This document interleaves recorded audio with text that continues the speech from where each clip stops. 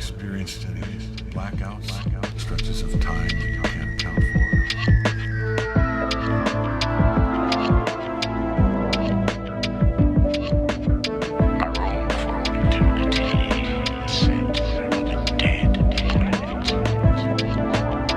Yeah, you're gonna love this one. It's a scream, baby.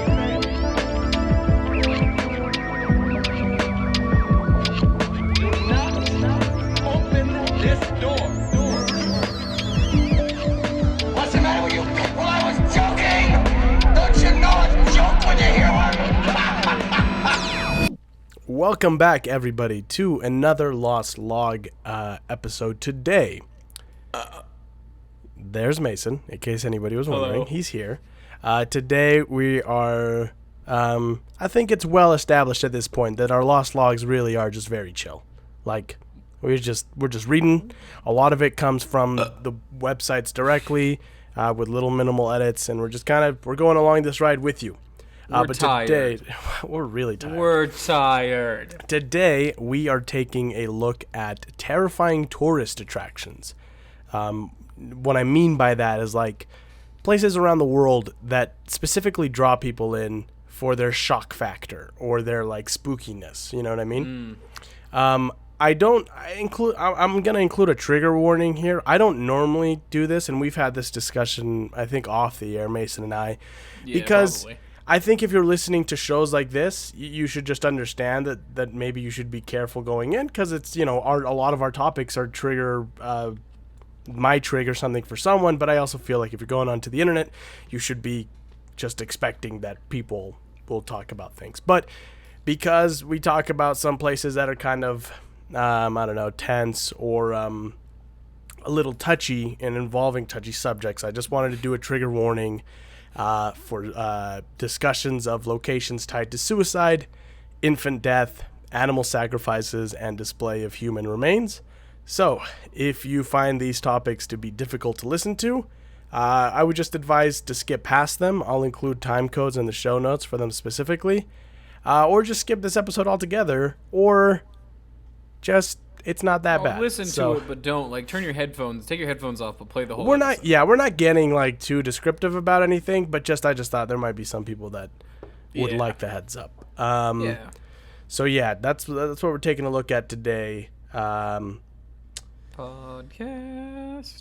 And Podcasting. I'm feeling a little under the weather, so I don't know if it shows in my voice. It's not quite as bad as the Ben Drowned episode, so that's good. It's a weird vibe today. It's a weird vibe, in the everybody. studio. Yeah. Yeah. We're both feeling kind of gross, so It happens. yeah. Alrighty, so we're going to be taking a look at 10 different locations throughout the world that, like I said, are these places that bring in people for their shock factor, for their spookiness, and have become sort of popularized in the media because of this. Were they all intended to be this? No, almost all of them were not. And then people just were kind of like, that's kind of scary. I want to go there. Our first one on our list is Isla de las Muñecas, or the Island of the Dolls, in Lake... I'm sorry, I don't know if you pronounced that correctly. my bad. It's funny because you Mason's speak the Spanish. resident... Well, yeah, that was the... There we go. That was the joke. So it's located in Lake Xochimilco in Mexico. Yeah. I'm glad I never would have in a million years correct that pronouncedly. I might not have even gotten that one correct, because I still struggle sometimes with like indigenous Mexican names. So, but south of Mexico City, in the canals of Xochimilco, lies an eerie little island that brings in hundreds, if not thousands, of tourists every year. But it should be noted that this was never the intention. The story behind this island is much more tragic and haunting than it might seem at first glance. The legend states that a young girl was found drowned under mysterious circumstances on the island, which I think all drownings are kind of mysterious circumstances, unless it's like, yeah, I held them underwater and then I drowned them. I don't know. Not like jet skis. That is true. Like if someone's like, I'm going jet skiing this weekend, and then it's Yeah, like, and then what they're- happened to Todd? He drowned. Oh, right, because he was 'Cause he jet was- skiing. he was jet That makes skiing, sense, yeah. actually. That one checks out. Yeah. So She was found drowned under mysterious circumstances on the island, and now her spirit possesses the dolls on the island, making them move their eyes and limbs at night. Wait, so were the dolls there before she drowned? No. So this is the legend. This is the legend. This isn't... Gotcha. We'll get into the history This of isn't it. the story. Okay, Yeah. fair enough.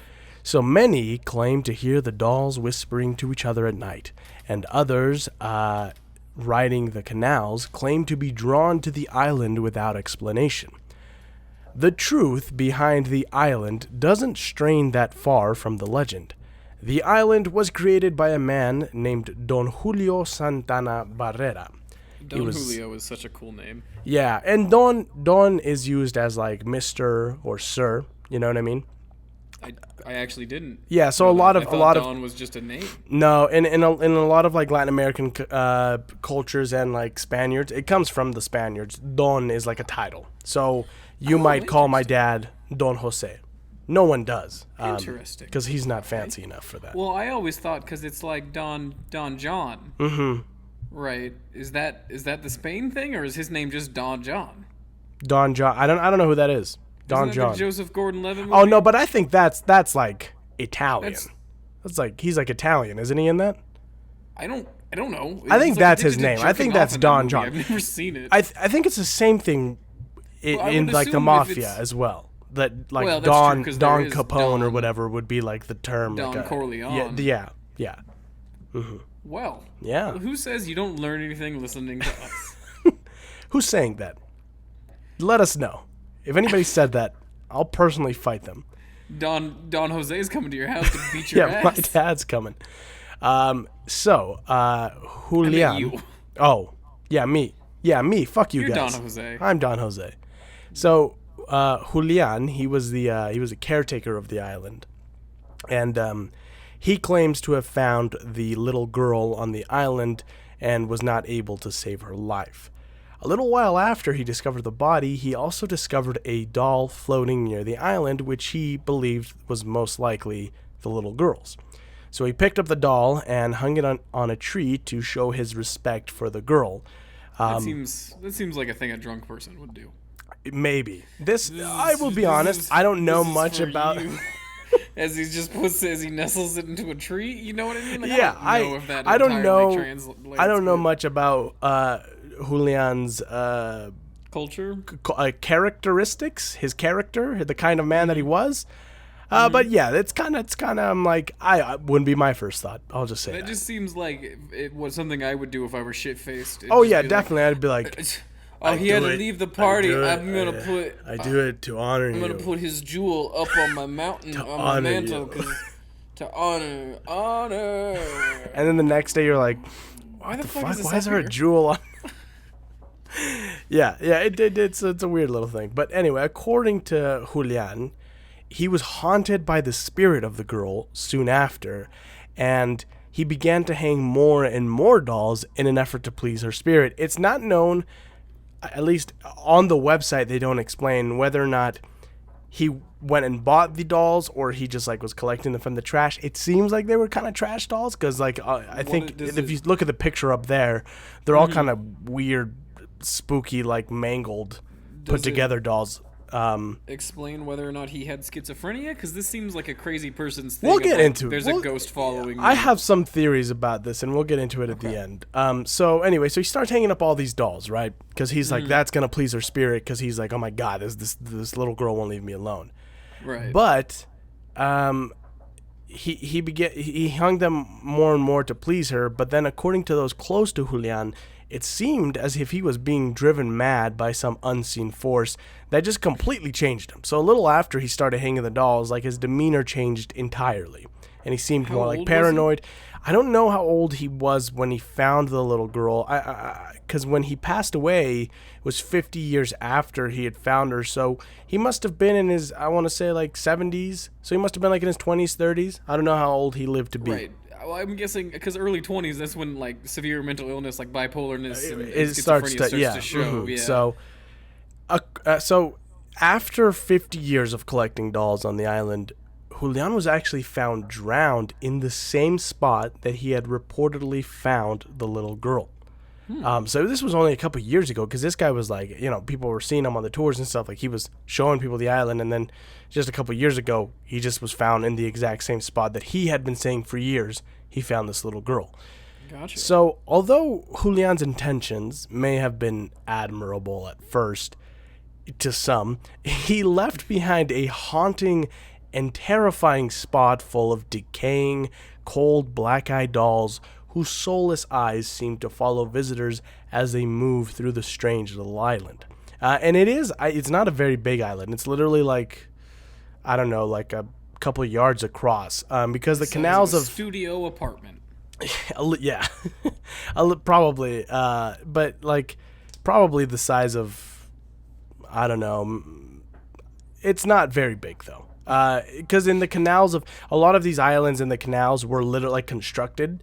They weren't like natural; they were man-made islands. So actually, a lot of Mexico City. This is a cool little thing that people like students of history might know.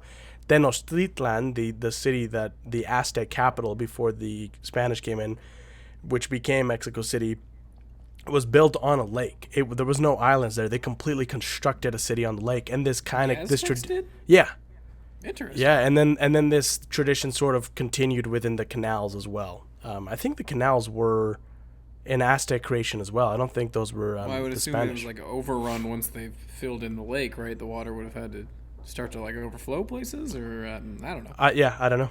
Yeah, yeah. So moving on to that, it's kind of a spooky place, right? And people can look at pictures. Sure. Now, I want to talk a little bit about Julian. So it should be noted that many people believe Julian actually made up the story of the little girl in his solitude, and that there never was a body besides Julian's that was discovered on the island. And like you said, I think he might have been. I think this unseen force that was driving him insane might have been mental illness. I don't know if he may have driven him to drown himself in the same spot. Because I know he lived on the island with those dolls for years. Because there's a picture in this picture I have included here for you, Mason. Yeah, there's a little that's shack. his little shack. He was living there. I think BuzzFeed did a video too, and they talked a little bit about. But I want to do that. I want to live on a tiny shack on an island full of dolls. Then you'll with a drown, girl. When I'm 70, who cares? The thing I'm confused about is whether or not he, and I'm sure more research into this would have shown me, but whether or not he was the caretaker of the island before he found the little girl, or if he was just one day on the canals, found the little girl, and then decided to become the caretaker of this island. You know what? But you know also, what I mean? it's not like caretaker of the island was a job. Yeah, He it definitely just it was. started It was living more on like it, he right? lived on the island, and so he was a Right. caretaker because he lived on the island. But that makes like the entire island just like the lawn, his lawn that needed to be mowed every Yeah, once in a while. exactly. So that's the thing is, I think. So there was I no don't- evidence of him ever there's- actually finding a girl. No, because he was the one that said that he had found it. Like many Right, but he didn't believe. call the police. I don't know, because that's even on the website itself, the website for this island. It says that it's doubtful that he actually found this little girl, and that it was more a story that he concocted in his solitude, and then maybe to Right. explain the strange obsession that he had. I think he must have suffered from something, and he genuinely believed that he was being haunted by the dolls. That might have caused him to die under mistake. It's Yeah. if it's suicide, it's an interesting suicide by drowning, because like you got to be really Well, committed to that. Not if You know what I mean? Not if you're mentally ill to the point that you That's fully true. believe in something, even if it's not happening. You know what I mean? Or if you're it's shit like- faced. Well, or if you're shit faced. I mean, if I've had Yeah. a nickel for every time I've almost drowned in 5 inches of water when I was drunk and Cheyenne came over and just rolled me over like a fucking whale. I've had a nickel for every time I've gone to throw up and then I almost fell asleep in the toilet water. I'd have one nickel, or two nickels, but it's kind of weird that it happened twice, right? Yeah, that's interesting. I mean, I feel, I I've- would assume it's like a Richard Chase thing where, the guy that drank all the blood, the vampire of Sacramento, who, like, I was just he in Sacramento fully- this last weekend, by the way. Shout out to everybody in Sacramento. Sac Shout down. out to my family in Sacramento who got me Death grips. incredibly shit-faced. I'm so Northern California, I call Scratch Bammer. Wow. It's Death grips. Yeah. Anyway, continue with what I'm you're saying. sorry. Where he believed that like he didn't have enough blood in his body. His body wasn't making blood, so he had to drink everybody's blood. right, crazy, but that's this feels like to me is he probably fully believed everything he said. You know what I mean? That he just he drowned himself thinking he was being drowned by a ghost. Okay, now I'd like to know. I feel like a lot of these places might not be spooky to you because I just don't feel like you're scared by a lot of this. I would be spooked if I was on the island of the dolls. Terrified to spend the night on that. Okay. Yeah, it would be scary as shit. The dolls all look, and that I don't know if you can tell that much in that picture, but if you just look it up, there's a bunch of other pictures. They're all fucking spooky. A lot of them have like mismatched heads. They're which I don't like. It's like what you would imagine like a horror movie would look like. And as a kid, I don't remember what the phobia is called, but as a kid, I was like terrified of dolls. After I watched Child's Play, I had that. I still kind of am. I don't love dolls, even as a grown man.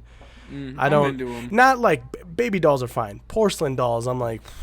I think they're cool. I think the scary ones are cool. The creepier they are, the cooler they are. But like, Cheyenne hates them. I am like. She hates this creepy ass monkey I keep back here. That one right there. Yeah. She hates it. It's got like sharp teeth and it's cracked, so it's got like a scar down its eye. That one doesn't scare me that much. I give him all of the pocket knives and call him guardian of the knives. Now you scare me more than the monkey statue. Well, for I'll other eat your reasons. face off. I don't For like that monkeys. reason. We'll have to do a whole episode when we get into that. I don't like monkeys. They're scary. They'll fucking bite your face off. They'll rip your dick don't off, keep dude. him as a pet. They're not cool. They're not as cute as everyone thinks. I'll just say that. All right. I think they're cute, but like, don't keep him as a pet. They'll kill you. Yeah. You fall asleep, you pass out, they'll eat your face off immediately. They'll just I don't get know if mad that's one day and be scientific, like, but that's "Fuck Jose's. you." That's They Jose's. Apes can rip your fucking arms out of their sockets. No, dude, they're fucking terrifying. Like crazy strong. mandrills and like baboons scare me. Mandrills especially because they've got that like the little fangs and they scream at you. No, thank you. Anyway, so moving on to our next one, we go to Nagoro, Japan. Nagoro is a slowly shrinking village in the valleys of Shikoku, Japan, that has a larger population of life-size dolls than actual human beings. Fucking, so these people are living in like I Am Legend with like Yeah, Will Smith and I the guess, mannequins. yeah. Where So- he's like, hey Frank. Yeah, and it's a fucking mannequin. And you're there to visit this place, and like this person's just having full-on conversations with the dolls, and you're like, Honestly, so far, I'm gonna be a little bit serious here. I have zero problem living in complete isolation and talking to inanimate objects. I'd love to. I think that's sorry, we never got back to the old boy conversation we were having earlier. This ties in. I'm the type of person that if I could design a room that was like 20 by 20 and it had a bathroom in it, I could live in there for years on end. And, you would love the studio apartments I looked at. That's basically what they are. It's just a jail cell. Well, that's what I'm saying though. Is like you could lock me in for like 20 years and I'd just be like, cool. So you're You know what I mean?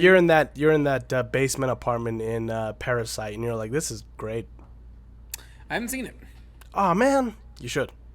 I should. You should watch. But yeah, I could just sit in the same. I could be in the same room for my entire life. I mean, think, like and be I've done fine that. with it. You know, like I talk to everything. Like when I'm alone and I'm bored, I talk to myself, and then I guess I do address inanimate objects. I'll be like, hey, mean, I'm Mr. not- Bookcase. I'm not saying. No, that hang I on. could Maybe live- that makes me sound crazy. I shouldn't have said that.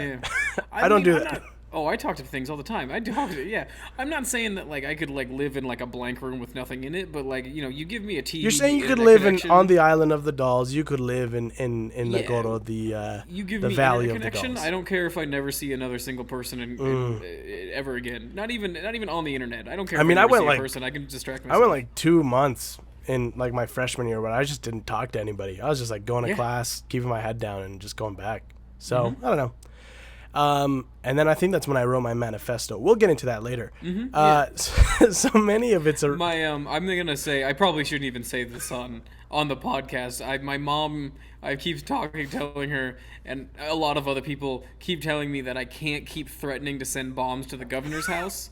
Yeah. Which I do. It's a joke. It's a Right. full joke. It's never gonna happen. But I've gotten into the habit of, I'm like, if this fucking happens one more time, I'm sending a bomb to the governor's house. And people are like, dude, if you fucking you can't keep saying that in public because they're gonna that's illegal. That's illegal to say.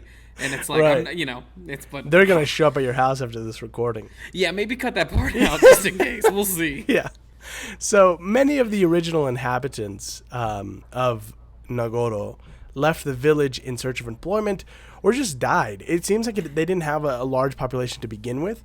Well, anyway, this one inhabitant, I hope I'm pronouncing her name right. I think it's Tsukimi Ayano, or Yeah, I think Ayano, so.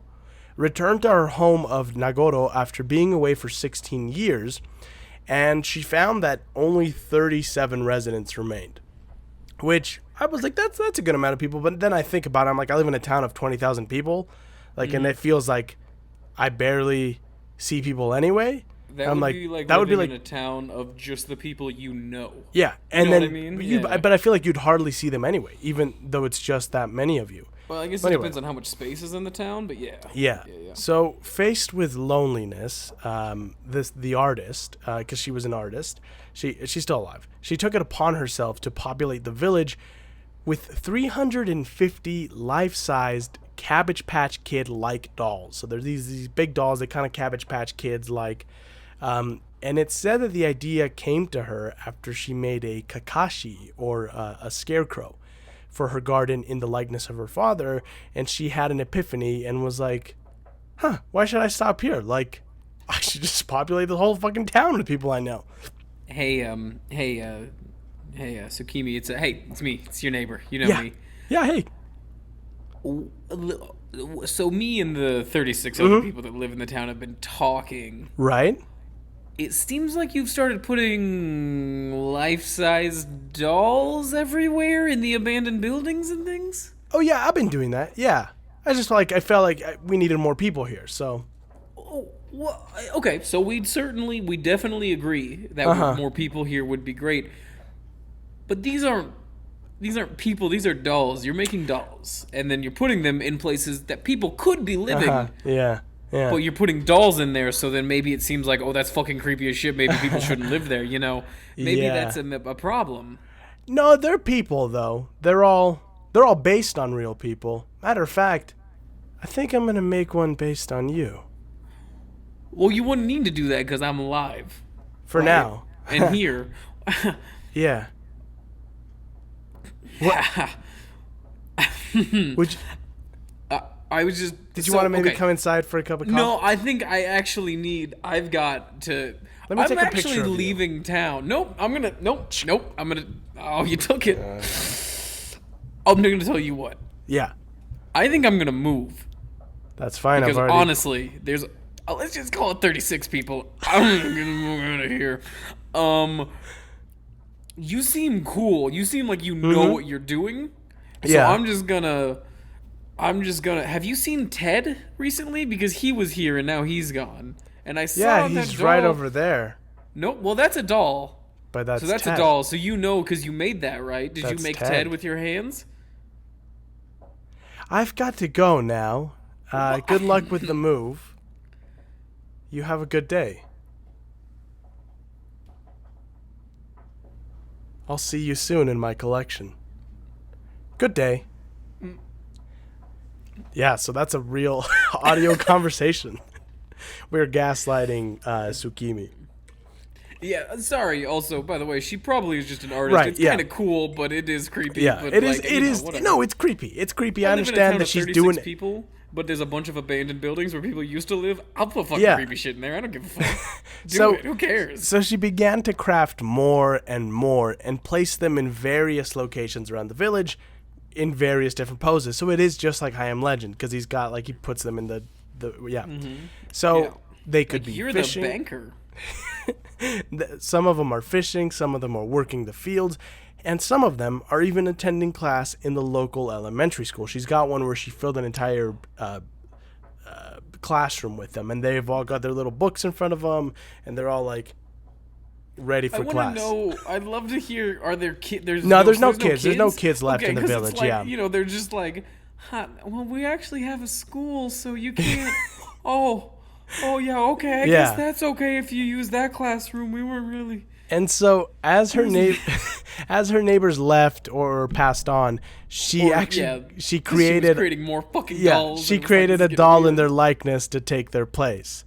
So after a decade of doing this, Tsukimi continues her work, and she maintains the current dolls and is crafting more and more to join the others, leaving Nagaro a strange, nightmarish children's fantasy. The Are thing there about more- Nagoro, How many people are there now? Are there still it's less than 40, I believe. So Because honestly, they don't know. once I don't know if again, they know I'd exactly. live in there immediately. But the thing about Nagoro is it's gained attention, right? But one of the main reasons why its population dropped is it's in such a hard to get to place. It's very Remote. deep within like the Japanese valley and wilderness. So that it's already hard to get to, and that was part of the reason why people left for the bigger cities. And I don't know if putting the dolls there is helping Honestly, attract people to I go. want to live there. She seems completely sane. I will say this. She is. It seems that she's just doing this as like an art form. Sure. You know. It's kind of like the guy. She seems completely sane though. It's kind of like the guys who built the Prada in the middle of nowhere in Texas. Did you ever hear about that? There was like two Yeah. artists, and they built this Prada that's actually store. like a super that town that's outside of is like super rich now. It's like Yeah, but it's not. It's not like Marfa, a. Texas or whatever. Yeah, something like that. Anyway, It's not, but like I think it's kind of like that. It's kind of something Well, like that where To me, it reminds me of like this medium. Not we should specifically. have asked Marcus, but I feel like our old Professor Marcus, he would totally do this. He'd built a Well, village that's what of I was dolls. saying. And, It's to me, this is. I feel like this is just a theory. I don't know much about history, but shit like Stonehenge, like, this has got to be how that shit got made, right? No, Where an I artist was think just so. like, I got nothing else to do. Yeah. I'm gonna start carving some weird ass shit and doing things. You know what I mean? like the Easter Island heads. Yeah, exactly. It was just like a shit- dude. yeah. It was just a dude who was like, you know what this island needs? Big fucking heads. Yeah. Does it though? No, it needs some. At least one. And then after the first one, he's like, let me try a different one. You know what? I don't even realize why I should stop there. I could just keep making these Yeah. things. So I mean, and honestly, it's not even worth making fun of because that's what art is. That's Yeah. the best art always comes from people just being like boredom. You know what I mean? Yeah. Boredom breeds so much artistic integrity and things like that. It's great, but this one doesn't scare. It is creepy because she set them up in like positions like they're like doing shit. But also, I'm like, I don't know why. The fact that it's like a plushie doesn't scare me as much. The faces are kind of spooky a little bit, but I'm like, if one of these attacked me, I'll just push it. It's a plushie. What's it gonna Well, it do? But does then seem- I guess that's the reason I shouldn't be scared of dolls anyway, because it's like, well, I'm bigger than a doll, but like a hard doll is scarier to me than like a soft doll. I don't know. I can't explain it. to me, it's like this seems like a prime example of like a Studio Ghibli film. You know what I mean? Like Spirited Away, where it's like a Yeah. creepy artist at night, but then like you get trapped there overnight, and all of a sudden the dolls come to all life, the- and it's a and- whole yeah. spirit world thing. Yeah. But that's neat. That I like scene, by the way, where her parents are eating the food, it's upsetting. It's fucking upsetting because and then they become the pigs or whatever. Well, because they're alone. You know, No, as a kid, that's your biggest fear. is Yeah. Your parents are gonna leave you alone. In a It's your strange biggest fear is place. your parents fucking eating and then becoming pigs. And no, I remember that. I don't. Well, I don't know if it's that specific. I was always like, Dad, stop eating. No. I'm always slapping food out of my dad's hand just in case he turns into a pig. I don't trust it. Every time you went to the Iowa State Fair, you were like, no. Dad's that's like, God true. damn it, Mason. Try and eat a fucking corn dog. Will you stop? I'll stop. So, You're already a pig, you motherfucker. Mason, What? what? Nothing. No, I'm sorry. Slapping shit out. Fucking cracks me up. So, our next place is the Sedlick Ossuary. Is it ossuary? How do you I pronounce think it's that? ossuary. Ossuary, right? I didn't know if it was like ossuary or ossuary. I think it's Oshkosh Bagosh. I'll look it up real quick because now I'm interested. I love how that. Thanks for that. Ossuary. Okay. It's ossuary. Okay. So our next place is So it's not Oshkosh Bagosh. Great, thank you. our next place is the Fucking Sedlick. dick. Our next place is the Sedlick Ossuary, or the Church of Bones, in Kutna Hora, Czech Republic. I was like, this is one Mason would love. It scares me because I'm not a big fan of human bones, Jose, but I you think know it's I'm a kind of bone cool. Boy. So, No, I'm a bone boy, Jose. You know I love bones. oh, I know. The Sedlick Ossuary is one of the strangest chapels you will ever see. The reason? It's full. You say strangest, I say misunderstood. The reason is because it's full of bones. On the outside, it's nothing spectacular. It's just your run-of-the-mill Gothic medieval church, which I would argue is kind of spectacular, but whatever. But as soon as you enter, you realize that this church is anything but ordinary. It is artistic. Extraordinary. All right, keep it in your goddamn pants. It is I got a boner for this bone temple. It's artistically decorated by more than 40,000 human bones. Thus the nickname of the Church of Bones. One of the most interesting parts of this macabre house of worship is the chandelier, which contains every single bone found in the human body, at least one of them. Yes. So the Bony Church got its start in 1278 when the King of Bohemia sent the abbot... More like Bonehemia. God. Yeah. Damn it, these are all very good. Keep them coming. He sent the abbot of the Sedlic Cistercian monastery to Jerusalem. Abbot Henry brought a handful of earth back from a journey to... I like that he was just Henry. What's up? Yeah, Me, it's Henry. Yeah, he's an abbot living in Bohemia. He's part of the Sedlic Cistercian monastery. Sedlic Cistercian, yep, that's right. And It's he's me, like... Henry. Yeah. Yeah, what's up? Wow, I love it. I got dirt. I got dirt in my pockets. So he comes... I got dirt in my pockets and a body full of bones. So he brought back a handful of earth from a journey to the grave of the Lord in Jerusalem. He scattered this holy soil across the Sedlic cemetery, securing... Holy soil, Batman. You are on one today. I feel like maybe I'm not laughing as much as I should. Those are genuinely funny. They're very funny. You're doing very good today. Nothing says good joke more like not laughing, just agree. Everybody knows your joke is really funny when they're like, wow, that's really very funny. So after he scattered the holy soil across the... Batman. Across the Sedlic cemetery, he secured its place as one of the most desired burial sites for people all over Bohemia and the surrounding countries. Got special dirt.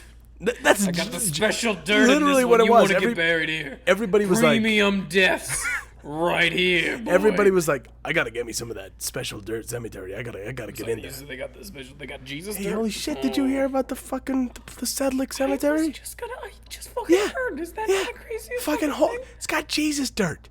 Same fucking dirt as Jesus. Can you Get the fuck fucking out. imagine that? Me, same dirt as Jesus. Isn't that Same crazy? dirt. That's nuts, Anyway, I man. paid $30 million to be buried there. So Hey, you don't think this is gonna start a thing where like you can buy your way to heaven through giving money to a church? Do you? get the fuck out of here. Why would that? Doesn't even. You're right. That It's would the never Holy happen. Roman Catholic Church. They're not that gonna would do that. never all right? happen. They Fucking never God, do this that. This guy. And then they Hey, did I did. tell you about my little brother? We'll keep it rolling. We'll keep it. We're sticking to moving out here. Let's go. So everyone wanted to be buried in that handful of the Holy Land. More than 30,000 were actually buried there. But it wasn't long before there simply wasn't enough room for everyone to rest in peace. And the bodies were moved to a crypt to make room for the newly dead. In 1870, a local wood carver, František Rint, was employed for the dark task. I like that, the dark task. That's very cool. And I like to think that they said that to him. They're like, František, you are employed for dark task of arranging thousands of bones. I just like to imagine, great grandpa Schrader just being like, you know what we could do with all these extra dead people, right? Yeah. What if we put their bones out on display? How did you get in here? I'm a priest. It's weird, I know, but we're the only people who can read, so I didn't. I mean, have you seen me? Look at me. I can't work. Yeah, that's true. So Well, here's I mean- what I'm saying. What if we make a chandelier out of bones? I don't like how excited you are about it, but we've got nothing else going on, so... Here's what I'm. Okay, listen. I've only got a few thousand sketches of my ideas. Let me show you. I've barely given this any thought. I mean, listen, these are still rough ideas. This is draft 31 of the bone chandelier. Now, the interesting thing about this is it's actually got every bone from the human body at least once. Huh? Don't even get me started on the bone altar, or like what I like to call the bolter. You're lucky we have absolutely nothing else happening. This is when a Schrader's shine, is when there's nothing else going on. So they tasked him with artistically arranging the thousands of bones. So Rint came up with the bone... Do I envy you, pal? I'll tell you what, I envy you. Because this was my idea. I don't do the hand. I don't shape them very well. Yeah. Oh, man.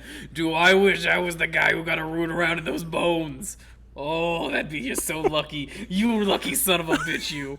So Rint came up with the Bone Church's stunning chandelier, as well as the amazing Schwarzenberg coat of arms, which includes a raven pecking at the severed head of a Turk, all made of human bone. Wait, I'm sorry. Is the raven made of human bones? Oh, I didn't. Is the raven? Maybe. Do you think they killed a raven for this? Schwarzenberg. Listen, they're making a lot of fancy art out of bones. At this point, I can't believe they have a whole lot of respect for the value of a raven's life. Let's see. I've got it pulled up here. Where is it? I can't really tell because it's bones, so they all kind of blend together. Well, okay, that's fine. It's like a little raven constructed out of like.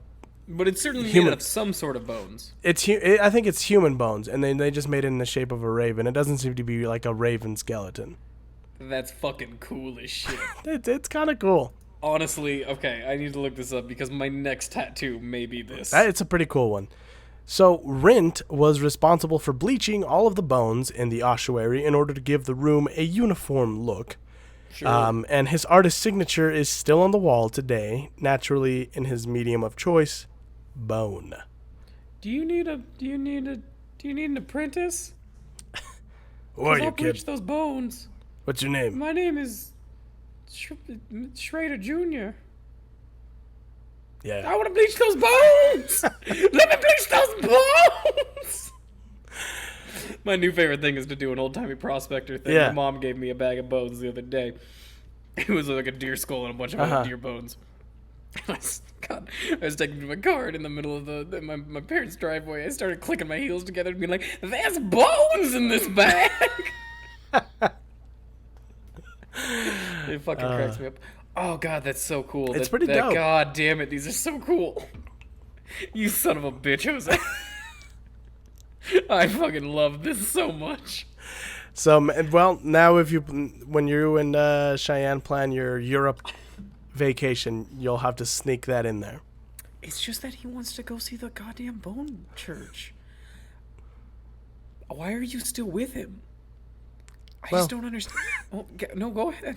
Well, he's got character. You see a weird obsession with bones. I see passion.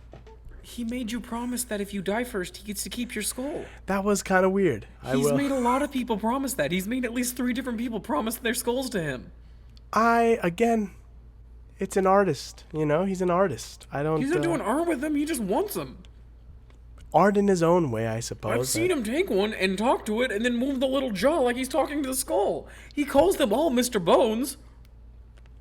He's a troubled soul. You wouldn't get it. He loves it. He doesn't seem tortured by it in the slightest. He loves it. I'm sure subtweeting myself in this honor. There's bones. There's bones. There's bones in this bag. Would you visit the Bone Church? I would peek my head in. I don't know, man. Fuck you. If we're going on this, well, I'm spending a fucking this is at least a 2-day trip to the bone thing of like we can't cover that whole thing in one day. Yeah.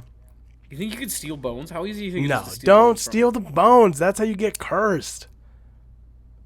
It's also how you get free human bones. I don't know if you've ever tried to get human bones, Jose. It's Whoa, not as easy as you think it is. Mason, you are incriminating yourself. It's not illegal. I looked it up. It's not illegal to own a human skeleton. Okay, it's not illegal to murder illegal. someone. But I've never it's illegal murdered to anybody. grave rob. It's legal. You're right. It is illegal to grave rob. Technically, I don't think this counts as a grave, though. What's the legal definition of a grave? I don't know. That's, Exactly. That's a can of You don't bones that fucking I don't want to know. open. Yeah, I want to open any can. I'll open any can of bones. All right, so moving on. Our Yeah. next one. Do we have to?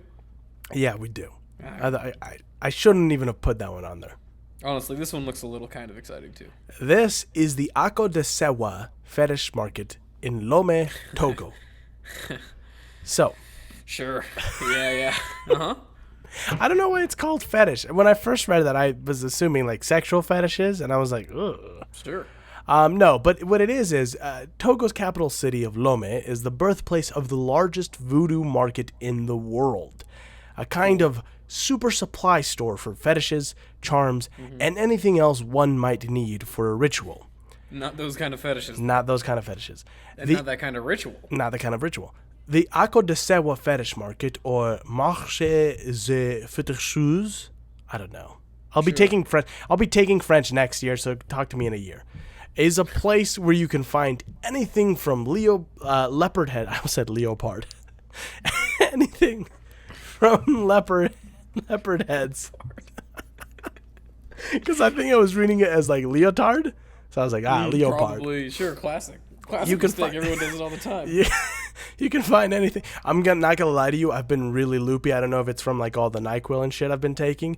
But as I was typing this, there was one. Oh, there's the pod dog for the just video saw the pod watchers. dog. As I was typing this, I kept just like typing gibberish, and I was like, "Whoa, that's not right." It kept being like, "Are you sure did you mean this?" And I'm like, "Oh yeah, I don't know what I wrote."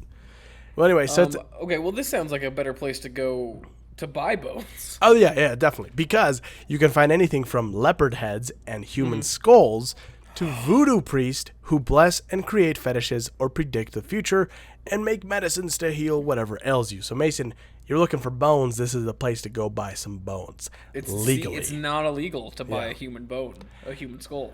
I want a human skull so fucking bad. If I ever come across someone selling a human skull in a non-sketchy way, I will buy it for you. Okay, but Well, through a third party. also, if you die, can I have your skull? No!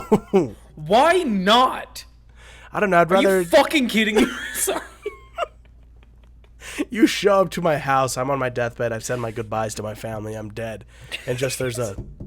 You're crying, like your family's around Yeah. you crying, and just in the background, I'm like, shing, shing, No, shing, you like... shivering Yeah, a you knife. opening up a bag and you're like putting on gloves. You're like, so how much longer do you guys think you'll be? Or I like open up one of those bowling ball carrying Yeah, bags and yeah. fucking toss the bowling ball out. you're like, how long... Oh, guys don't need mind more? me. Okay. Oh, your grandchildren are really sad, I bet. Yeah. Shing, shing, shing. No, it's okay. I have the document here. He signed. It says This I can is have a it. deboning knife. Guess what I'm gonna do with it? Shing. Oh, is Grandpappy dead? Yeah, Aw. that's a bummer. He was my friend too, kid. I did a podcast with him. I get his head. So, I get his fucking skull. though many people think of Haiti or even New Orleans as voodoo's biggest stronghold, the religion actually originated in West Africa. So voodoo is the official religion of neighboring Benin and is still the largest religion in the area, which is super cool to me. That is cool. I feel like voodoo, at least in American cool as culture, it is cool, but it's not like in a world that's been oversaturated by like Christianity and like these big guys, the big players, the big Right. three, Islam, Right. oh my God, the Is Jewish faith. What is the word? Judaism? Judaism. Yes. Oh my God, I You got it. Hey, completely it's all good. spaced there. And Christianity.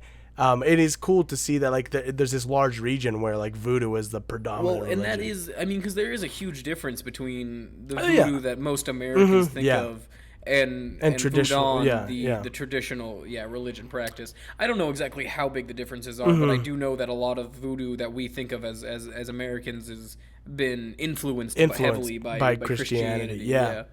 So, although the market is owned and run by Beninese, the Ako de Sewa Fetish Market is a mecca to local practitioners, and they travel there from all over the African continent. Many believers view the marché de féticheuses The market of fetishes, yes. As a kind of hospital or pharmacy. It's even the place you go when you either cannot afford traditional treatment or traditional treatment has failed you. So here you can find talismans and charms good for treating everything from the flu or infertility to removing the blackest of curses. In the practice of voodoo, every single creature is potent and divine, whether alive or dead, and in the Aka de Sewa Fetish Market, you'll find them all. Monkeys, alligators, goats, leopards, gazelles, and many, many more in various stages of decay and stacked up in macabre piles for blocks. Macabre. The outdoor location doesn't quite suppress the stench, but at least the huge market is in the open air. Can you imagine if it was indoors? Yeesh. Oh, dude, death has a smell like nothing else. Mm-hmm. It is jarring. It is a jarring place for most tourists who are not used to the idea of animal sacrifice. But that is a little. I mean, I love collecting bones, but most of the bones I have are all just found off of dead. Exactly. In the forest and shit. It is. Oh, Pod Dog's back. Hey, there he is. It's a little. I mean, yeah. I couldn't really watch a live sacrifice. I couldn't sacrifice do it. of an animal. Maybe of a human. Maybe. I mean, I don't know. Wow. Okay. I'm on the internet. I've seen some of those videos. What? They're not great. They're not good. I just saying. I'm just moving on. Anyway, so I think I could handle a human better than an animal. Jesus Christ. So for tourists, you're getting investigated, man. I keep forgetting we're different people. I keep forgetting you don't think the exact same One things I do time, sometimes. I remember when, I don't know, somebody told me about like red rooms on the dark web, and I was like sick for a day. I was like, yeah, it's gross. I'm not saying I was really scared. I was scared of, I didn't go on the internet for like a whole week. I was like, what if I accidentally end up on the dark web? Here's my thing. All right, listen, I've already walked myself into a corner that I'm just now realizing that there's no explanation I'm going to give that's going to be satisfying for what I'm about to say. But if you were like, you could watch a human get shot in the head, like a coyote get beat to death. Okay, we can just. I'd rather watch the human get shot in the head than watch a coyote get beat to death. It's kind of It's kind of like I could commend you for it because like it means that you're not okay with like animal cruelty. I'm certainly not. But anyway, so one quick to a human is more appeasable to me than an animal getting beat to death. Yes, of course. I think the comparison there should be though: will you watch a human get beaten to death, or will you watch an animal get beaten to death? Both are bad, but I think that's fair comparison. It certainly is. I'm gonna pass. I'm gonna pass on that question. It's a jarring place for tourists who are not used to the idea of animal sacrifice as a part of worship or using pieces of the dead as talismans. But for the locals who practice the religion, it's a treasure and it's a necessity. And for sketchy white tourists. Yeah. It's great. I don't know that I would go there. I have nothing, it's a religion and I respect it. When we do our world tour, I don't have a choice. I think we're going to go there. I already hate like going to like open markets, like a flea market, like a Mexican flea market that are open places, and they have, I mean, a lot of them don't sell meats, but sometimes they do, and I'm like, ugh.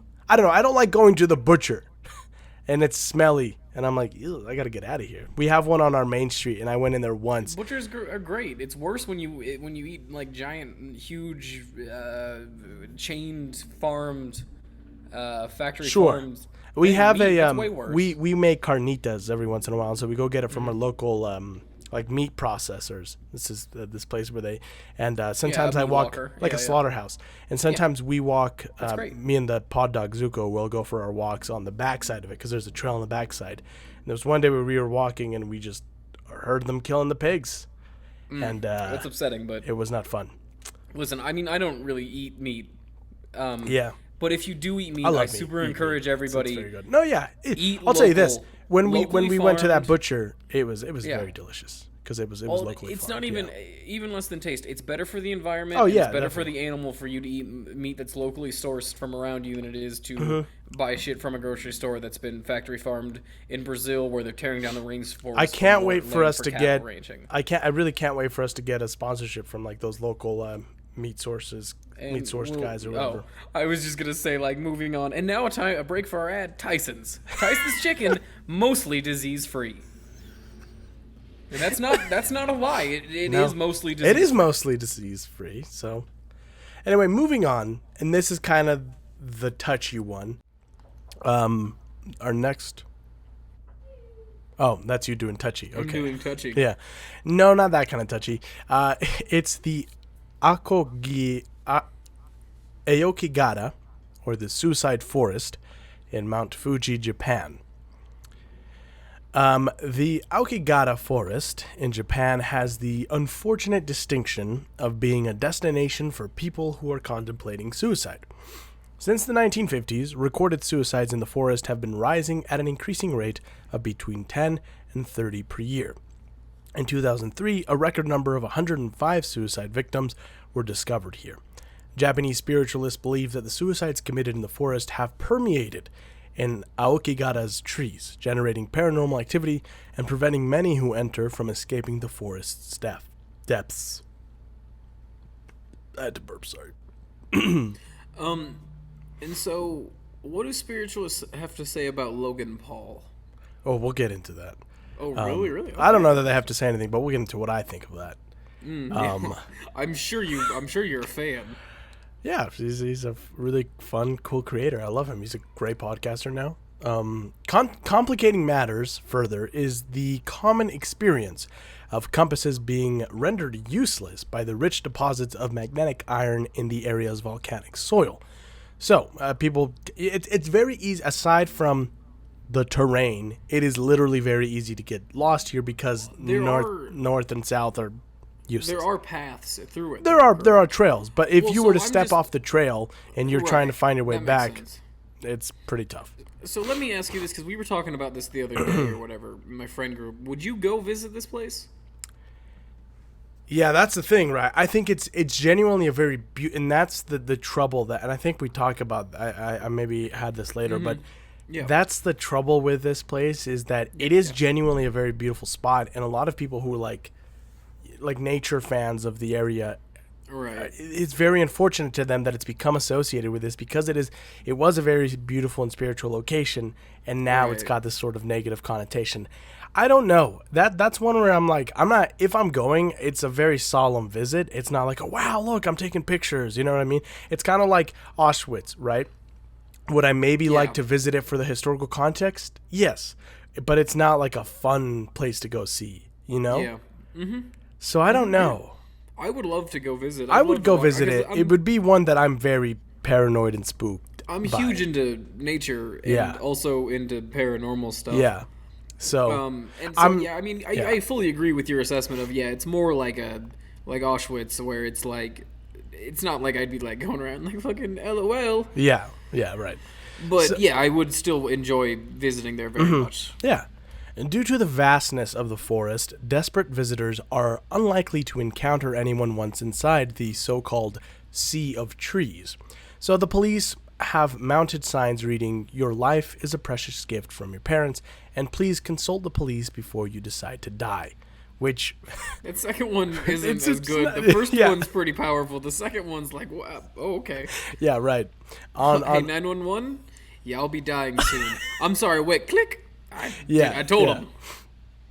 So, and these are posted on the trees throughout the entire area. This does not deter determined people from committing suicide in this dense forest, though. Each year, dozens of corpses are found by volunteers who clean the woods, but many are forever lost in the very thick woods. What kind of person does it take to volunteer for that? I think that's the thing, is that you've got to be somebody that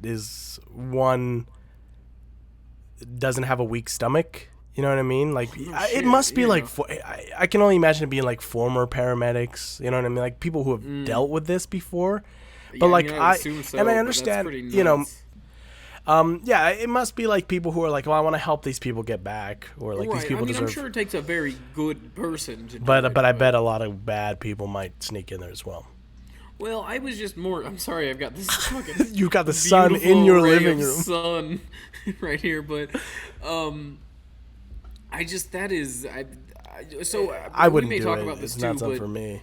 no, God, no, I could never. But the people who are committing suicide here, do you know what it is? I mean, how many of them are tourists who feel like they should kill themselves in this forest versus like actual people who are using it as a place to seek solemn kind of, you know what I mean? I don't know, and I think I had this included later. They don't release the statistics for that because they're trying to deter other people from doing it. So right. Well, I don't know. This is also. From what I don't know understand, much though, it is local people because there's a belief that I can't remember the name of the book, but there was this really popular book published in the 50s that was like this sort of like romance mystery novel kind of thing where it ended tragically with the main character committing suicide at this place, and that seems to have sort of spurred this movement of like this is the place to go die at. Well, and there's the movie, right? Forest. There was the movie Have The Forest. you seen that? I watched that one. That movie was what introduced this. I mean, I had. Heard I thought about this but is what brought it to me. Yeah, that movie. But that movie, and it does seem kind of irresponsible in hindsight. Yeah. Oh, definitely. It You got know? that movie. Yeah, it got a lot of it caught a lot of slack for that. Where Flack. it was like, yeah, it caught a lot of flack. Slack would be what they wanted, is them catching some slack. It caught a lot of flack for that. For people Right. being like, hey. Like this is a real thing. Yeah. That people kill themselves in a lot. Yeah. So the Japanese authorities they discontinued publishing exact suicide numbers in order to avoid making the place even more popular. Gotcha. Locals say that they can easily spot the three types of visitors to the forest: trekkers interested in scenic vistas of Mount Fuji, the curious hoping for a glimpse of the macabre, and those souls who don't plan on leaving. According to some Jesus reports, Christ. forest workers must carry the bodies from the forest to the local police station, where they are put in a special room used specifically to house suicide corpses. Some believe that if the corpse is left alone, it is very bad luck for the yurie, or ghost, of the suicide victims. Their spirits are said to scream throughout the night, and that their bodies will move on their own. In January of 2018, the forest gained international attention after YouTube jackass and half of the Dumb and Dumber brother duo, Logan Paul, filmed and uploaded a video featuring a suicide victim while joking and just being a general piece of shit in front of the body. thumbnail had fucking... He's a fucking... But it's okay, because he posted a video and he cried and he was like, I'm sorry. Anyway, that video. He's a piece of shit. Those two. I mean, those two don't care about anything except like themselves and benefiting them. And I know that he's like tried to turn a new leaf now because now he's he's doing podcasts and he's boxing. He was not sorry about. I watched that apology video and he seemed more sorry that he got caught than that he genuinely. I suppose. There's a time for a facade drop of a sort where we joke about it. We just did the whole bit about what I'd rather see, but yeah. If you see a dead Dude. body, I mean, you've seen videos of people dying on the internet. Your stomach immediately fucking drops. You're never One of the most prepared. horrifying memories I have is we were driving to my grandparents, my dad's parents in Mexico, to Mascota. It's a village in the mountains.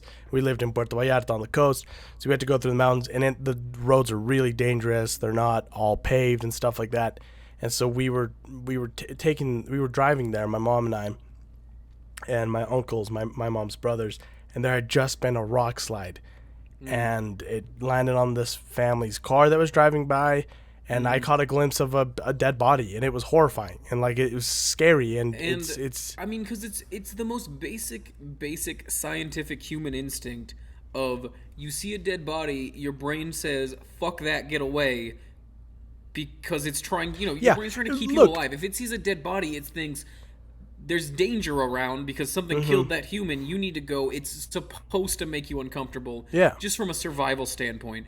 So in order for this guy to fucking ignore that, you know what I mean? For him to see all this and think what he posting that was a good idea is tragically fucking stupid. It's stupid because, you know, there might be those who are like, well, what would you do in that? And it's like, yeah, well, I guess I don't know unless I was put in that situation. But there's multiple levels that he had to go through. One, being there and then deciding to act that way. Okay, maybe he did that because he didn't know how to act. But then from there, he reviewed his footage and then edited the video and then decided to then still upload it with that in it. I mean, as podcasters, if we were doing a podcast in this forest and found a dead body, we'd stop. Yeah, we'd stop. I'm not going to continue we'd to stop. record.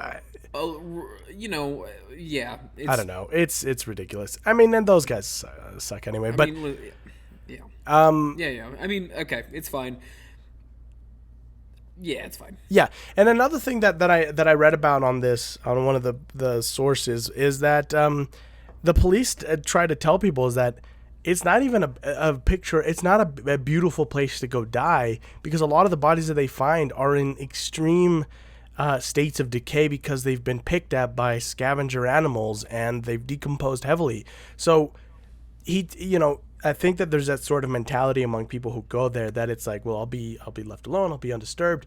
But like the people who have to find the bodies are like, no, like they're horrific when we find them, and it is such a like when we move them, it's horrible, and we have to like do it carefully so they don't fall apart, basically. And it's, if you do visit though, of course, be respectful. If you do come across, I mean, we shouldn't even have to say this, right? But apparently you might. If you come across any victims of suicide, contact the local authorities so they can appropriately handle the situation. It's a somber place, one where the gravity of the circumstances should not be taken lightly. We've talked about, this is a place that I would maybe visit because, I'm very intrigued by Japanese culture and stuff like that. And it seems like a very beautiful place. But yeah, it's one that if I'm there, I don't think I'm going to be, I would already be scared because of the circumstances, but it's not one that I'm going to be taking lightly. I think it would be a very interesting place to visit, and I think it would be spiritual in a way. You know what I mean?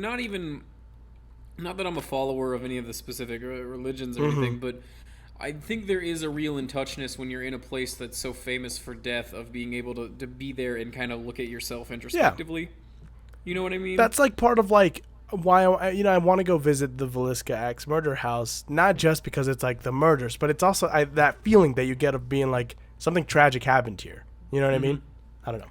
And yeah, I mean, honestly, we're not the best people for, it's kind of shitty. Yeah. You know what I mean? Yeah. But there's a certain level, I don't know. I guess there's not. I made a lot of fun of them. So maybe I'm just as big a piece of shit as them. You know what I mean? No, I don't think we're as bad as them. No, probably not. Yeah, I mean, I guess the main difference is I'm not finding recently deceased people and putting their their faces on things. But yeah, I think the Paul brothers are. Yeah, I mean, obviously they're assholes, but yeah, I don't know. They might be the ones where I wouldn't flip flop for them if they gave us money. Maybe I would. Really? Maybe I would be best friends with Logan Paul. I don't know. Money's kind of good, so that's a whole different discussion. Our next one is, I know that we've had a conversation about this one off air, the Paris Catacombs of Paris, France. In the late 18th century, yeah. The Paris Catacombs of the Paris, France, as opposed to as opposed to the Paris Catacombs of Las Vegas, Nevada. The Hamburg Catacombs of Paris, France. In the late 18th century, when major public health problems tied to the city's cemeteries led to a decision to transfer their contents to an underground site, Paris authorities chose an easily accessible site that was, at the time, located outside the capital. The former Tombe Isorier quarries under the plain of Montreuil. I actually listened to a podcast about this back in the day, and apparently it got these cemeteries were so badly overfilled because of the plague that when it would rain, because a lot of the bodies weren't buried all the way in, when it would rain, they would rise to the top and they would slide out. So that's when they were like, we should do something. We've got to figure out a thing to do. I've got an idea. Yeah? Oh, what yeah. if we make? Yes, Monsieur Shredder. Yes. Hey. What if we make a big old house of bones? Like a big house. It's got like a roof made of bones and like a floor made of bones and like walls are made of bones. Maybe you have bone bowls, bone spoons. Bonjour. Ha! You're French. You get it. Yeah. I guess I just don't see the practicalness of doing that. It's What if we certainly just more put him in practical like a than- labyrinth underground? I'm sorry. Listen, I'm sorry. You're gonna fucking sit here and talk to me about the impracticality of making a house of bones, but you've just pitched making a bone maze? Yeah, well, Because we've first got all off, those- I fucking love it. Bone maze, I'm in. It seems like it's not more or less practical than a house of bones. I'll say, but honestly, bone maze, yes. See, okay. I'm Oui. not. This is Yeah. French. Okay. Do you want to get started on make that? a bone maze. Yeah, let's do it. Bone maze. Bone maze. Bone maze. Bone mazing. But Yeah, we're good, us two. you and I are gonna get along yeah. famously. Oh, sorry, I should introduce myself. I'm Monsieur Valle. I don't. That sounds Spanish. It's weird that you're French. I guess Varier? Schrader sounds German. Yeah. I like Doesn't make this bone. I like the idea of our ancestors just doing this throughout history together. We've And gone. we've got it like a yes. tied history. Yeah. Every life we've been destined to meet up and make a thing out Make of a bones. thing out of bones. So, so the first evacuations were made from 1785 to 1787, and concerned the largest cemetery in Paris, the Saints Innocent Cemetery.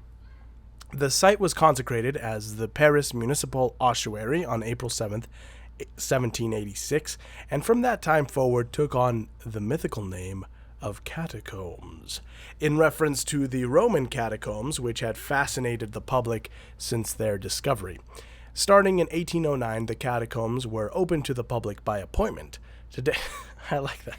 I know by appointment means like you schedule a tour basically, but like the idea of being like, I've got an appointment at the catacombs today. I've got to see my doctor in a room full of bones. He's got to do a rectal exam on me. Actually, honestly, yeah. Listen. So what's happening is the cartilage between your. Actually, hold on. Hold on. Yeah, These are your. So you'll see the cartilage is gone. So Yeah. your bones are doing right. Okay. Your bones Yeah. are clicking together. That's actually making. That's why you're having You shoulder know, pain. I have to say, Doc, when I first came, I was a little skeptical about your offices being in the catacombs, but like I feel like this is very practical for you. Mm-hmm. Yeah. No, it is. It's very practical. I don't It know about the absolutely is. chair made out of bones. I don't know if you needed that. But Honestly, we're very deep in the catacombs. I'd have to carry a chair all the way in, so I just made one out of bones. that's true, I guess. Oh, God, it's hell on the lower back. Yeah. It's not good lumbar support No, because of it's bones. because it's bones. It's bones. Yeah. So Anyway, let me write you a prescription for. This is I don't have a pen. I'm just rubbing a bone on another bone. I'm not a doctor. I'm a bone man. So today, a little more than a mile of the catacombs is open for visitors to explore. The public entrance is located in Paris's 14th arrondissement at 1 Avenue du Colonel Henri Roltanguy. That's got less and less French. It as did. went on. It did. At the end, I didn't recognize it. It takes about 45 minutes to walk through. Guides are available, but not required. And visitors can also purchase audio guides for €3, which is about $4. The tunnels extend many more miles under the city, but it's actually illegal to visit most areas. As visitors pass into the ossuary, they walk under a doorway with a haunting inscription above. I'm going to do my best here. Aurit sest ici le Imper. Imper de la Mort or Mote? I don't know. It just says stop. Stop. In the name of love. Yeah, that's what it says. It's kind of Yeah. weird that they wrote that. Weird. Yeah. Haunting. It says Hauntingly beautiful. It says stop. This is the Empire of Death. which is very fun, actually. That's very fun. I really, really like that, actually. Empire of Death is really good. Yeah. Inside the ossuary, bones are grouped by the cemeteries that they came from, which I actually didn't know that. That's really interesting. I just thought they kind of were like, fuck it, bones everywhere. But You think they have gangs of bones? yeah, almost certainly, yeah. Some are neatly stacked along the corridors, others arranged in patterns, creating crosses and other images. Visitors can also see sculptures. I thought you were gonna be like, some are neatly stacked, some are just thrown in fucking bone piles. Like someone just like emptying out a fucking bucket of bones and just into a fucking shitty pile. Visitors can also see sculptures in Portemont corridor created by a quarryman and veteran of Louis the 15th's army. Years before the bodies moved in, the main sculpture is a model of the fortress of Port Mon? A large island so it's town. like a model. Yeah, it's like a model Is of it this island made of bones. Made out of okay, Yeah. right. A large island town. Yeah. I don't even know why I had to ask. For a second there, I was like, "Is it made of bones?" I'm assuming it is. It doesn't say, but yeah, a large island town where the creator, the cure. Oh yeah, okay. I think that must mean like the creator in French. Right. Yeah. Is believed to have been held. Curator. Or the curator, yeah, is believed to have been held prisoner by the English during the 7 Years' War. There are countless tales of spooky shenanigans happening in the catacombs, from spirits to disembodied voices to people getting horrifically lost. I think I'll have to link it in the show notes, but the one that I listened to was called the Paris Catacombs. It was an episode of Haunted Places, which is this podcast by Parcast, and they talked about like the stories of people getting lost, and I was just like, fuck, like I was miles above ground, and I was like, oh my god, I'm choking. Yeah, it would be really scary to get lost in the catacombs. So one story goes like this: in the early 1990s, a group of cataphiles, which is what people who study. Great name to call yourself, though. Yeah, it's people who study and explore the Paris catacombs regularly. They're called cataphiles. It sounds like people who fuck cats. It sounds like people who fuck cats. I'm gonna be honest. It sounds like people who fuck cats. So they were walking through the dark chambers of the cemetery, and they happened upon a video camera on the ground. To their surprise, the camera had footage on it. As the group watched the footage, they heard disturbing noises, and it became apparent that the man holding the video camera was lost and had no idea how to escape. In the video, the audience can clearly draw the conclusion that the man is going mad inside of the underground network of tunnels. The video ends abruptly with the man dropping his camera on the ground, and to this day, no one knows who this man was or if he came out alive. Many believe that the movie As Above, So Below was inspired by this tragedy. I think we've talked about this specific incident on the podcast before. Is it real then? Is it 100% I think it is, because real? I swear I've seen this video. Well, I thought I had too, but I didn't know if it was just kind of like a prank. You know what I mean? Well, that's the thing, is whether or not it's real is a question, but it was certainly really found. Yeah, that's spooky doogie. That's fucking scary. Have you seen As Above, So Below? I have. I really liked it. I really like it too, and that's part of what makes me so scared of the catacombs, is everything that happens in there. I watched it and I had a nightmare about I think it's because that's an allegory for Dante's Inferno, and I think it's death or the devil that they see sitting on the chair, and just the hooded figure. It was a fucking trip at the end of it, though. Yeah. Although it got weird because I fucking still crack up at like they just start sprinting through like the zombies, and like one of them gets near him and he just cracks it with the fucking camera, and it's like, oh, okay. Yeah. I mean, I guess you could just punch ghosts in the face then. Fair enough. Fair enough. No, but it's scary. The idea that only less than a mile of it is open, like a 45-minute walk worth of it is open. Like you have to think about like the entire vastness of this system exactly. Bone tunnel. Yes. And I read another story about this guy who got lost. He worked in this hospital, and they sent him. This was in like the 1700s or 1800s. They sent him down to French Revolution, so 1700s. They sent him down to get wine from the cellar, but because the network of the catacombs runs underneath France, that cellar must have been connected to the catacombs. Right. So he took a wrong turn. He ended up in the catacombs. He's got his wax candle, and his wax candle burns out and he ends up getting lost and he's in the fucking dark and he was already drunk to begin with, so he dies. They don't find his body until 11 years later, and he was like, I think he was pretty close to getting back. But now he's buried in the exact spot in the catacombs, in the exact spot where they found him, with a little plaque that says, like, this man was found here. Hey, we found oh my God. No, sorry, I was doing a bit. I was like, what? Because you were like, hey, you got a ghost behind you. Monsieur Schrader, you know, the guy who got shit-faced and got lost down here, we found him. Oh, yeah? Yeah, he's here. Oh, he's dead, huh? It's been 11 years. Oh. So, yes. No chance he survived by eating rats? Because he loved eating rats. Actually, he didn't love eating rats. I'm I don't pretty know sure who he did. You are, but I'm actually, Monsieur I Valle. know I'm like for a his best fact- friend. I know the guy. All right, he ate rats. He ate rats. Okay, but continue. Hey, fuck you, fat. Yeah, I didn't have a good way to end that bit anyway. So as we had talked about already on the show, there was the discovery of a full theater, right? Yes. So I actually found the story. So what happened was, in 2004, a group of police officers began exploring part of the Paris catacombs restricted from public access, and they began to uncover a lot of strange shit. First, they found a PA system with pre-recorded guard dog barking noises playing. Then they found a 3,000 square feet of galleries wired for phones using pirated electricity. The officers then found a bar, a living area, a workshop, a lounge, and even a cinema with room to seat 20 people.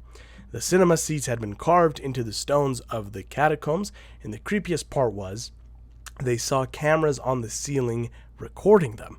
The police squad went back to the area a few days later with a larger team to further investigate, and everything they had discovered, from the phone lines to the Paris Catacomb cinema, had just completely vanished. It was all cleaned out, and the only thing they found was a note that read, "No cherchez plus," meaning don't search.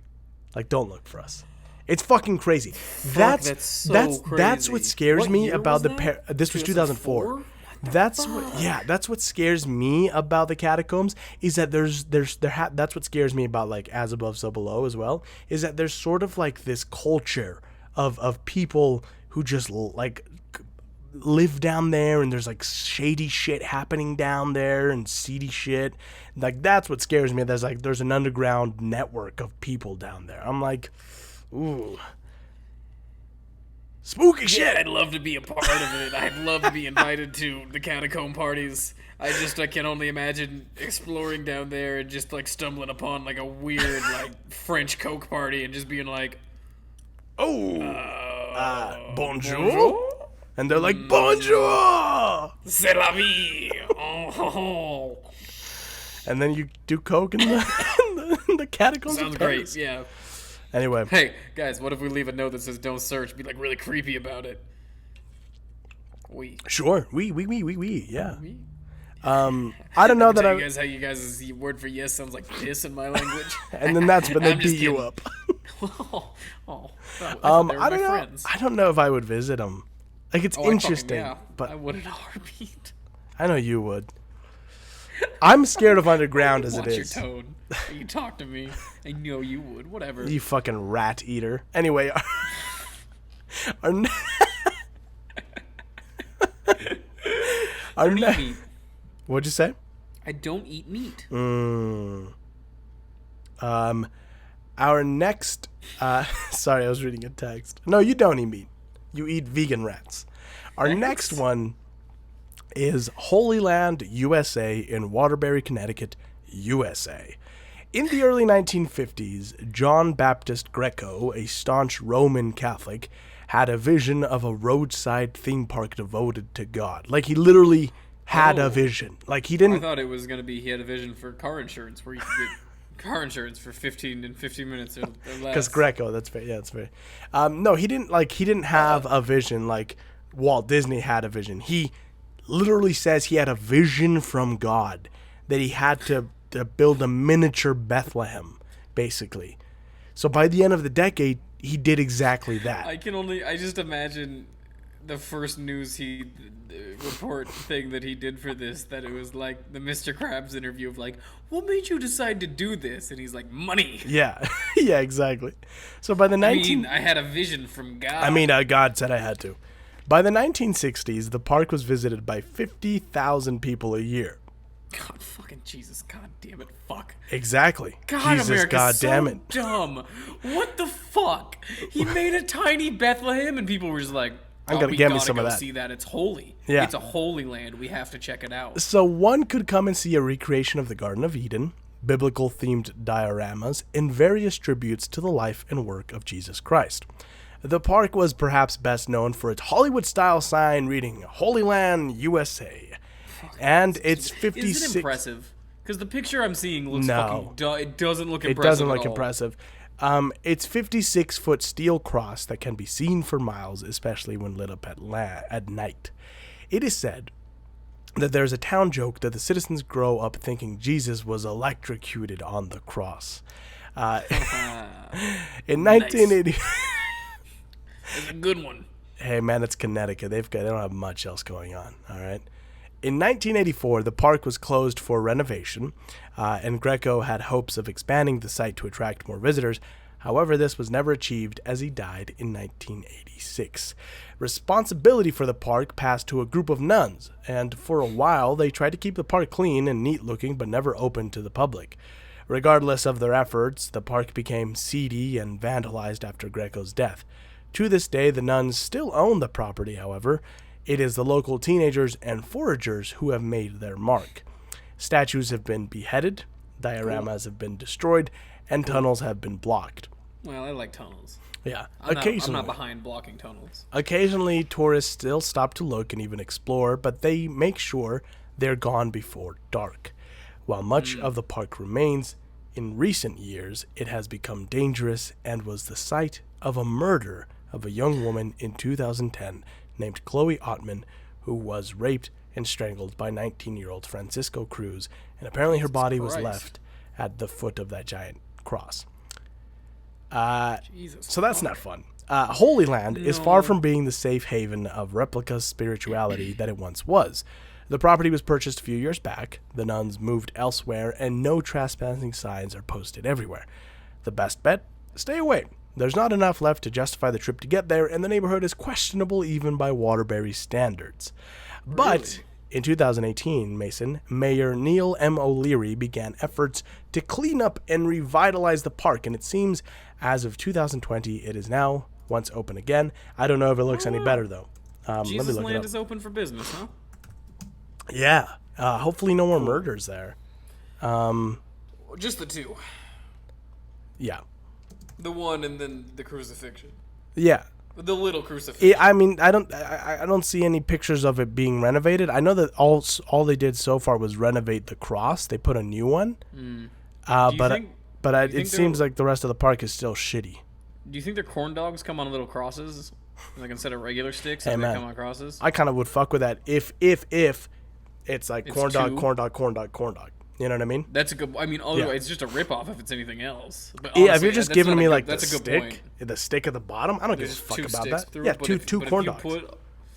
Yeah. All right, I'm gonna be honest. I was making fun of it at the beginning, but that's actually because you could then you have like 3 nubs. Yeah. Oh, I kind of want a corn dog now. I do too. It wouldn't even be that hard because you just be like with the hot dog. No, and you the just hot do dog, and then two- you batter you just it do- and fry yeah. it, just like normal. Yeah. Anyway, we should get on this. God damn it. We have to move. We have to move out. We have to start our own Christianity-themed restaurant We do. What do we call it? with hot dogs or corn dogs and We call it. probably God something damn. else. That's good. I don't know, something like that. I was gonna say God dog. God dog. It's a God dog. Dog. Corn dog. Yeah. It's a God dog. God dog. God dog. Anyway, our next place is Pripyat, Ukraine. When one thinks of Chernobyl, a vacation spot is certainly not the first thing that comes to mind. However, more than 3 decades after the terrible, terrible reactor meltdown, tours of the contaminated towns surrounding the infamous reactor are gaining in popularity. On April 26, 1986, During a test to see how much power was needed to keep the number 4 reactor operating in the event of a blackout, the number 4 reactor of Chernobyl nuclear station exploded, causing fire, which led in next days to huge damage of the building, releasing extremely dangerous amounts of radioactive chemicals into the air, which over time contaminated millions of square miles in dozens of European nations. The IAEA estimates that approximately 30 people were killed by the explosion and related radiation exposure, with several thousand additional deaths due to higher cancer incidence possible over the long term. This whole disaster is incredibly fascinating, from what led to it, from how the Soviet Union handled it, which Honestly, was covering it up. The miniseries on HBO, Chernobyl. Yeah. Legitimately really good watch, and it'll teach you about it. It'll teach you. It'll teach you. It's the teachiest. So the town closest to the number 4 reactor was Pripyat, a city of 49,000 founded in 1970 to house workers from Chernobyl. It had 15 primary schools, a large hospital complex, 25 stores, 10 gyms, along with parks, cinemas, factories, pools, a pool, amusement park, and other marks of a thriving community. Due to the people who lived there, it was one of the most beautiful and luxurious cities in the Soviet Union. Only about 3 kilometers from the explosion, the entire city was forced to completely evacuate on April 27 in just 3 hours. Over 3 decades later, this ghost town is a freeze frame of the Soviet Union in 1986. Communist propaganda still hangs on the walls, personal belongings litter the streets and abandoned buildings, the hammer and sickle decorate lamp post, awaiting May Day celebrations that never took place. Toys are strewn about a schoolhouse where they were last dropped by children who are now fully grown. All clocks are frozen. Yeah, hopefully. All clocks are frozen at 11:55 the moment the electricity was cut. Other than the crumbling buildings, safety is not a major concern. It takes between 300 and 500 roentgens per hour of radiation to deliver a lethal dose, and levels on the tour range from 15 to several hundred micro roentgens per hour. I was like, Yeah. a few So hundred, Jesus. I was under the impression that it was a lot more dangerous to go there, but apparently because most of it only lasts, most tours only last an hour. You can only be there for a certain amount of time, and then they do a radiation screening at the end of it and at the beginning. But it's not as dangerous as I had the impression that it was. If you're going for the one time, it's dangerous for prolonged exposure. Have you seen the guy on YouTube that explores shit like this? And he meets the guy. That's fucking nuts, I think so. right? Yeah, we talked Where about he comes this one. across Yeah, the family. Yeah. Yeah, it's fucking, that shit's bad. It's weird. Man. But it's a really neat Yeah. place. It's Yeah. really neat. I want to go. I would love to go on a tour of it. Already, after only 3 decades of abandonment, Pripyat is beginning to be swallowed by the surrounding forest. Someday soon, it will no doubt be completely overgrown. And despite urban legends and films like the Chernobyl Diaries, which we talked about, like the forest being harmful. Well, that and like mutant animals running all over the place. No, but you know how we talked about the movie The Forest being harmful for like the suicide forest? Yes. Chernobyl Diaries was one of those. It was like a 2000, I don't know, or like early 2010s. It was a horror movie, and it was like everyone that survived Chernobyl is mutants and they're trying to kill you. And it was like it's one of those where it's like, hey man, this is a real thing. People still live there. Maybe don't make it seem like everybody there is. Well, that's the thing, is like the people who stayed behind, the people who stayed behind, they're not all deadly mutants, and some of them did suffer mutations and deformities, but that doesn't make them any different than, you know, you or I. Like we talked about, like I would tell people maybe go listen to our No Face Charlie episode, where that's a very similar thing of somebody who was born deformed or became deformed through an accident, and then he was like the boogeyman, but he was actually a really chill dude. So but like Mason said, the animal population has actually soared in the absence of humans. Well, that was one of the theories. The other thing too is that they were mutant animals running around like mutant crazy bears. It seems like, from what I read, it seems like they really the animals haven't been that affected by radiation, aside from just them being a little bigger and their population increasing more. Well, But- and I think a part of it too is also when all humans leave, animal populations are going to grow. Yeah, exactly. Right, that's a thing. But it's also, I think a lot of them that were affected died. Yeah. So the ones that, there's not, like, they didn't evacuate, you know what I mean? Yeah. So they either died or they weren't they didn't get exposed enough to have to deal with it. It's good for the animals because at the time when before the accident, the animal populations had all nearly been wiped out, Right. and now the boars, elk, moose, deer, they're all back, as well as dangerously wolves and lynxes. So if you go visit, you gotta watch out for them because they've cool as grown. shit, It's still though. cool though. Honestly, every once in a while. I'd visit it, but I'd be scared of the radiation. But I would maybe visit it. Whatever, I'm gonna die anyway. What does it matter? I mean, honestly, like I said, again, yeah. Every once in a while, maybe we give a city back to the animals, right? Yeah. I don't know. Did you guys watch Godzilla King of Monsters? Yeah. At the end of Yes, that movie, the radiation made the cities all green and beautiful. So, Oh right. and the animals Maybe were like, we "Hey." can give them like Cincinnati or Detroit. Yeah, maybe. They can take Des Moines, I guess. I don't care. They can take Oskaloosa. Yeah, sure. I feel Yeah. like they deserve more. Is my thing. Oh, yeah, But, definitely. Like, yeah, they can have Oskaloosa. I don't care. Utah. They can have Provo. I'm okay with them having Provo, Utah. It's What about maybe just BYU have a- kids? So maybe give them a whole state? they can have Iowa. They can have Iowa or they can- Utah. Yeah. Yeah. Our next place is the Capuchin Catacombs of Palermo, Italy. In Sicily, where the relationship between the living and the dead has always been strong, the city of Palermo hosts one of the world's most bizarre and morbid tourist attractions. I do want to point out I've been listening to our what I can only describe as our biggest influence in podcasting, our last podcast on the left. Yeah. They just did a whole thing on the Black Death, the plague. Yeah. And they said they talked about how that changed the entire relationship that a lot of Europe had with death because Mm-hmm. they were suddenly exposed to it every day so openly. You know what I mean? That they had to kind of adapt and become a lot more comfortable with it. And that still carries over today, which I think Yeah. is like real interesting. Yeah. How that It is, works, it is. But anyway, Through the doors of the Capuchin Monastery, which looks like any other building from the outside, like most fucking buildings do, it's not like they're putting up a fucking sign that's like, dead people in here. Maybe they are, actually. I don't know. Visitors can descend into the large Capuchin catacombs.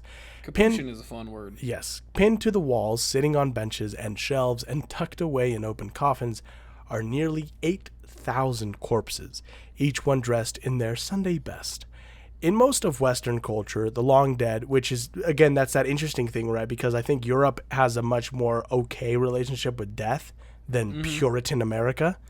Where, like, yeah. See, this is where we have to walk a narrow line now because we gave Logan Paul all that shit for showing Yeah. the corpse, so now we can't be like, this is super cool. Yeah. But there's definitely there's- a difference between looking at Yes. bodies that died in the 1800s. But also bodies that died in the 1800s, and then they were placed at that time in the specific way to be viewed Yes. by people. and a person whose family may not even know where they are. Exactly. Finding out from a fucktard's YouTube video. Yep. Yeah. Exactly. So I just wanted to draw that distinction Yeah. before we go on, because honestly, this is very cool. It's very Yeah. neat because it's different. So, normally in the West, they're hidden, they're kept out of sight. But here is one of the exceptions because nothing stands between the living and the dead except maybe a rope with a sign asking visitors to be respectful. The ill-lit, musty catacombs have been separated into a few corridors, each one hosting a specific type of person. There's a room for religious figures, mainly those affiliated with a monastery, for professionals such as doctors, and a room for women, virgins, and infants. I know where Jose is buried. With the respected professionals, the doctors, and it's the oldest corpse in the macabre collection is that of Silvestro da Gubbio, a friar who died in 1599. It is believed. He just made French fries his whole life, and he got to be buried there. That's kind of lame. But okay. Yeah, right. So it is believed that the particularly dry atmosphere allowed for the natural mummification of the bodies. Initially, priests would lay the dead on the shelves and allow them to drip until they were completely depleted of bodily fluids. Did you hear that part? That's gross. They dehydrated them. Yeah. Well, and I read that it was like they buried this guy Silvestro in there, and then they went down to check on something, and then they just saw that he was mummified, and they were like, "Oh, Hey, we should just do that. We should just put people here." Silvestro, Yeah. you're looking dry, baby. And so, a full year later, the dried-out corpse would be rinsed with vinegar before being redressed in their best attire and sent to their proper room to stand for eternity. One of the most recent to be buried most recent to be interred was Rosalia Lombardo, only 2 years old when she was embalmed in 1920. The embalming procedure has kept Rosalia looking so well preserved that she has been dubbed Sleeping Beauty. Don't know about that one. The embalming procedure, which was lost for decades, consists of formalin to kill bacteria, alcohol to dry the body, glycerin to keep her from over-drying, salicylic acid to kill fungi, and most importantly, and the most important ingredient, zinc salts to give the body rigidity. I would like to be buried here. Well, buried. I'd like to be displayed there. Yeah. There's don't an know. amazing song by The Cramps called, I think it's Rock and Roll Bones, and it's all talks about like when I die, take my bones, put it on like mount them with a guitar. Yeah. And I just like that would be cool too. Is if you took my bones and Like that one guy displayed that me. made the guitar out of his uncle's bones or whatever. Yeah, but I'm saying like put mine on like on a piece of wood, like maybe doing like the breakdancers pose where I'm like laying with like my arm and my leg up. We'll And have then- it at the and then- Captain's Log Museum. Yeah, or just on your mantle. Well, you're gonna have to deal with it. Someone's You're dealing small with enough. You're small that enough or- you'd fit on my mouth. I'm adorable. I'm pocket sized. I was thinking that, or I'm gonna have someone make my bones into jewelry and send it to all of my friends and loved ones. And you'll have to deal with that. You'll have to have Here's the thing. a jewelry of my bone. Yeah. I might wear a ring made out of your bones. I might do that. I love rings. Yeah, I don't know if you get a pick. I So- think I get a pick. Oh, please make it a ring. It'll be cool. I'll be like, this is my Mason ring. Fine, but it's my butthole. Oh, that's all right. It's all right. That's all right. Fuck. Yeah, just my finger up your butthole. It's fine. So, the next and final place is Dargavs, or the City of the Dead, located in Russia. Reaching this mystifying destination requires a 3-hour drive, taking you down a dangerous and hidden road befitting a journey to the City of the Dead. The village of Dargavs, or the City of the Dead, has an ancient cemetery where people that lived in the valley buried their loved ones along with their clothes and belongings. The valley stretches for 17 kilometers, and the cemetery contains almost 100 ancient stone crypts. It is a very mysterious place with a lot of myths and legends. It was once believed that if anyone tried to get to the city, they would never emerge alive. Locals have it that in the 18th century, a plague swept through Ossetia. The clans built quarantine houses for sick family members who were provided with food, but not the freedom to move about until death claimed their lives. People who did not have any remaining family members to bury them would just wait in the massive cemetery until their deaths. Jesus. It was a very slow and painful way to go, and the city of death. And in the city of death, they stay. Hey, Igor. You Yes. kind of hanging out? Yeah, I'm kind of. I've been feeling real shitty lately, so I think I'll just sit here. Yeah. And, I rolled my ankle in the field, so Oh, yeah. I've had the shits for 3 days, so I think I'm going Oh. to die. Yeah. Yeah, that'll do it. I mean, shit, I'm But, already 28, so Yeah, I was going mean, to you say, know, we are is it- pushing it already. I mean, you Yeah, should have I been mean, dead is it like really- 5 years ago. no shit, right? Yeah. I mean, it's just kind of a bummer. Like, that I'm we 22, and I'm like, God, when am I going to Oh. get out of here? You know what I mean? Yeah, Like, I know, right? That's tough. I mean, sheesh, yeah, I I'm mean, you're still knocking on single, death's right? So door. it's Yeah, like- exactly. Yeah. So, what's the like- point, even, right? I mean, not really nothing. Yeah. I mean, we so- didn't make any babies. My parents are dead.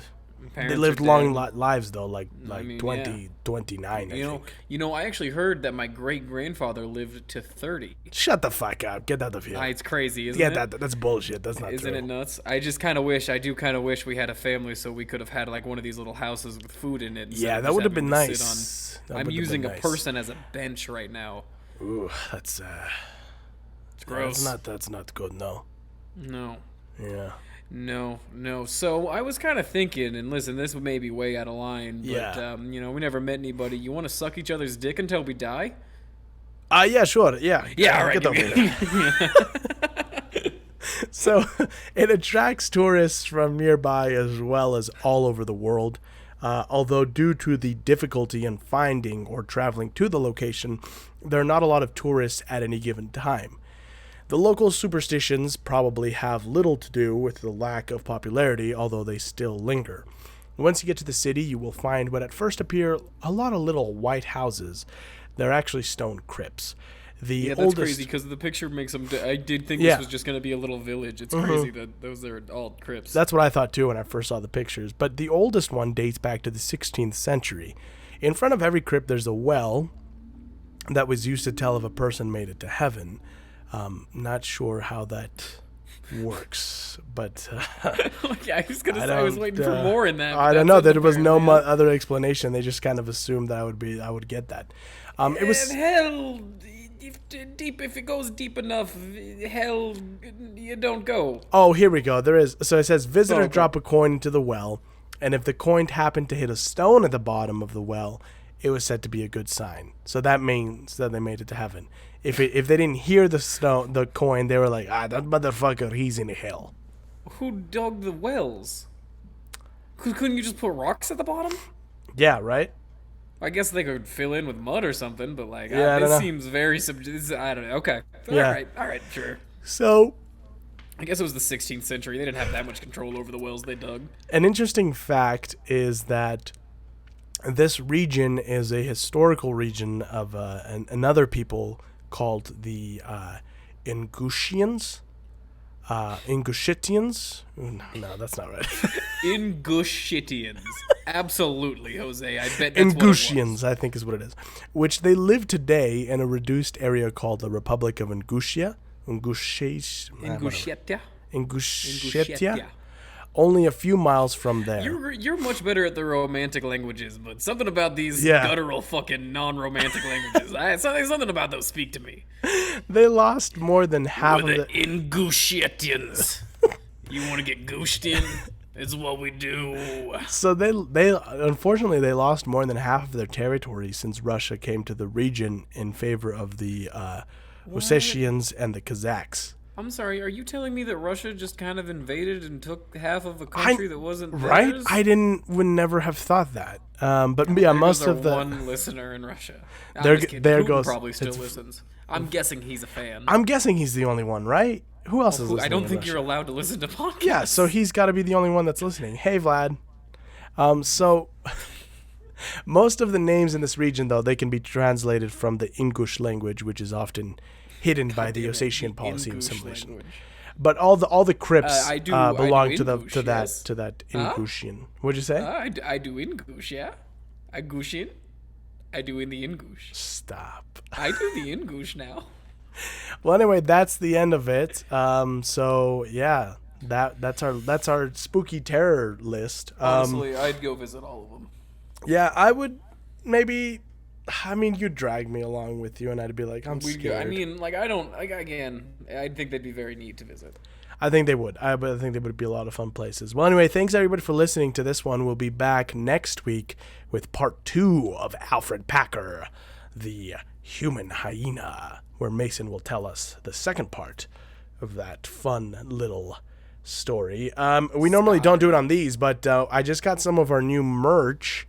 So here I have one of the new mugs that's all hot and ready, just like Hell mug. And I've been wearing, you can't really tell because of the camera, but I've been wearing Spooky Ghosty Demon Boys for our video listeners. And you can go grab those now on Teepublic. They're up there. Yeah. They're very fun.